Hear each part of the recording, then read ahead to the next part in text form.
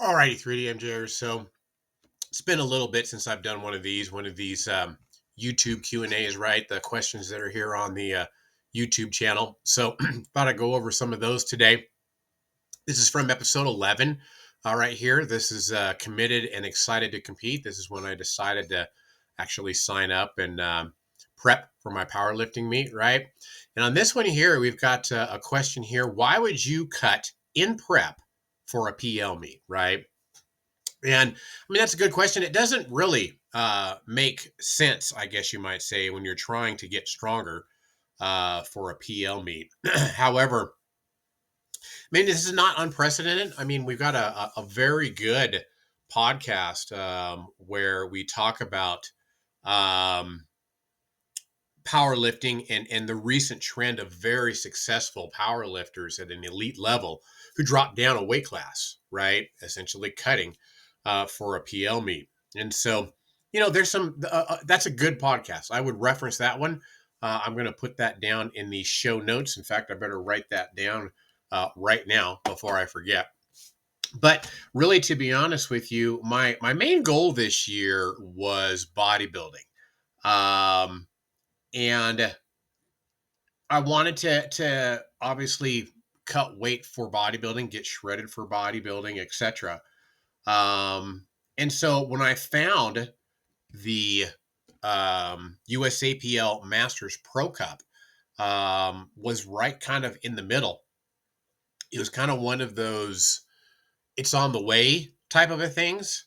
It's a Masters only meet. It's in my cousin's hometown, so I can stay with him. And to be honest with you, I know that here as of late I've had some issues and my body's kind of given out. But at the same time, it got the ball rolling and it's been working very well to keep me motivated in losing body fat and getting shredded for bodybuilding. It's helped keep me on track. So that's why I am cutting in prep for a PL meet or a powerlifting meet. All righty. So next question is 3DMJ Coach Brad's How Can Be So Bad at Vlogging episode 15. I got busted for showing off, right? Showing off in the gym when all those high school kids were in there. And this one, I have to say, I really love the comments on this. But first of all, before I get into that, Dorham7838, right? Apologies for not getting to you sooner. You have this same question, I believe, on episode 13 with the snowpocalypse. So apologies for not getting back to you sooner. But your question is basically, do your knees go past your toes? If so, how much? An inch or two. So yes, my knees do go past my toes. They have done that for years. It kind of varies. It varies on the exercise, but when I do my powerlifting squat, it's probably about 2 inches that my knees go out past my toes. Now, again, it depends on the exercise. Sometimes I purposely want and I let my knees to go past my toes because there's more knee flexion and it gets the quad muscle involved more, right? And so I really want to kind of reference you if I could plug an upcoming podcast where basically Team 3MJ, specifically Jeff Alberto, or no, was it Jeff? I know it was Alberto and I. We were talking about that very thing. It was leg day. It was a leg day podcast that we recorded. And really, to be honest with you, it's unless you have some sort of a pre-existing condition with your knees, patellar strain, torn quad, et cetera, et cetera. It's pretty safe, let's just say, to let your knees go past your toes. And after that, it just boils down to comfortability, right? Some people can load more while their knees go past their toes than others, and do so pain-free. So really, that's the only question on here other than, there is just some really great comments. This right here, Gone Kula, you put this comment on here, and I remember like 2 days later, I was out grocery shopping, and some guy said, "You look just like Steve-O," and so it was ironic that that came up. But just thanks for all of the encouraging words there, folks. Really appreciate those. Alrighty, and so now next up is episode 16, right? This is the first time I kind of showed my physique and talked about deadlift woes. So again, in this video here, again, thank you so much for all of the encouragement here. I have to tell you, that's what keeps me posting these videos up when I know that they suck in comparison to a lot of the content that's out there and how the quality of the videos that are out there. And I am working on that. I've got like an ancient computer here that I'm editing these on, and I'm saving up money and doing all my due diligence to look at Macs, MacBooks, an iPhone, et cetera, to hopefully make these better. But um, I'll be honest, if it wasn't for these kind of encouraging things, I would be very hesitant to post up things here because YouTube, social media in general, is a scary place right now in today's, kind of unique society, somewhat unprecedented in a way. This one here, KK Walk or Quack, stop with the overthinking and just do it. Will do. Good advice there. So a couple of things here. So first of all, right here, I find breathing during chest supported exercises very hindering. Do you have any tips? Really, I used to have the same issue when I really was chest out, right? When I was chest up, back arched, trying to almost exaggerate the scapular retraction, especially in the concentric. I had trouble breathing too. And so once I started kind of doing not like slouching abs down approach on chest supported exercises, but just slightly abs down, slightly flexed, kind of in between like slouching and chest up, shoulders back and down, right? When I just kind of had that in between there, slightly flexing the abs, chest down, abs down just a little bit, it really pretty much solved my issue. And then, of course, just trying to find that perfect position there on the chest supported area, whether it's a T-bar row or a seal row, etc. Right. And then, the last thing that I kind of wanted to touch on this before I let this one go. Oh, almost forgot. Looking great, Brad. Can you please share the Google document? Yes, I will. I will put the link right down in the show comments there to my spreadsheet. You guys are welcome to view that if you want to. I hope that is what you're looking for there.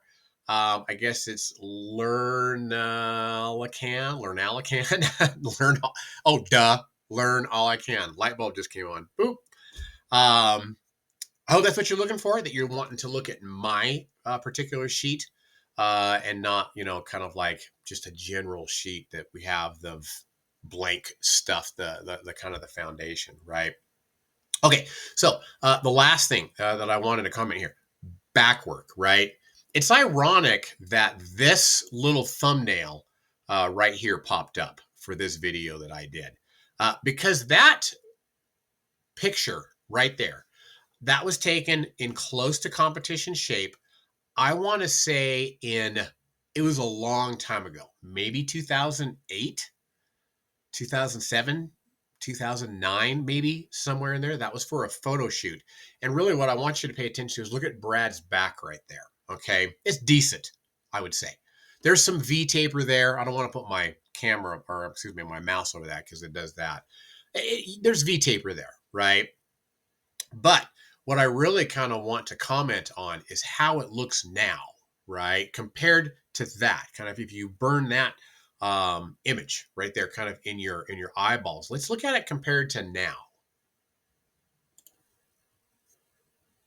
Boom, there we go. Look at that, right? Kind of somewhat of a similar pose, kind of a 3/4 twist. with the waist arguably sideways, and then the lats and the shoulders kind of 3/4 or halfway to the full back, right? And just kind of look at these. And I talked about this in this particular video, episode 16. Man, I mean, I have over a decade now had a very poor opinion of my physique and my progress in my 50s. But, that just kind of goes to show, yes, we're talking about almost probably between 15 and 20 years. I can't remember exactly when this photo was taken right here, but it was mid to late 2000s. And now here we are in the early 2020s, and progress has been made, right? And so I'm thanking the good Lord, just elated that I'm seeing that, for kind of the first time. Just, if I can toot my own horn here, wow. What a difference. So the reason I brought that up, in that 15 years that I've been doing that, I essentially trained my lats. I trained my back a minimum of twice, probably more like 3 times a week. So if you took that 15 years, 52 weeks times 15, right? The average is probably 2.5 times a week, every week, 52 weeks a year, every year for 15 to 20 years. I've trained my back twice, 2.5 times a week. Most of the time, 3 times a week. And then here as of late, and this is kind of something that I feel like has helped to maintain muscle on my back while I've dropped body weight, is I have been incorporating things that I've never done before.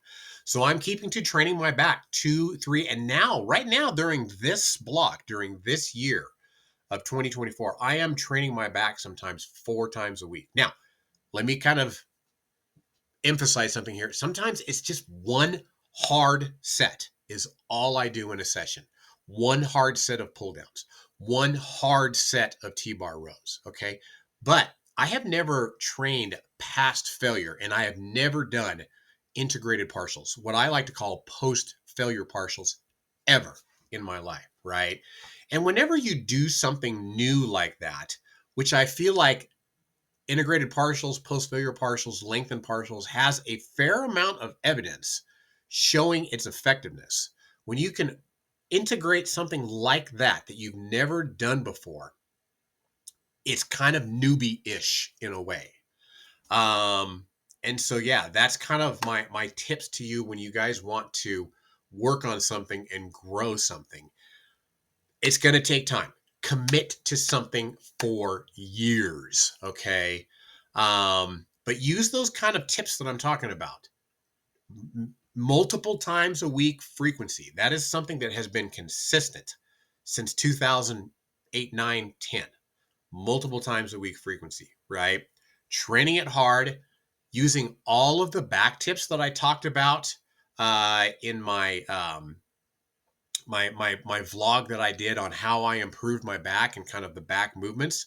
I will also link that in the comments here. Okay.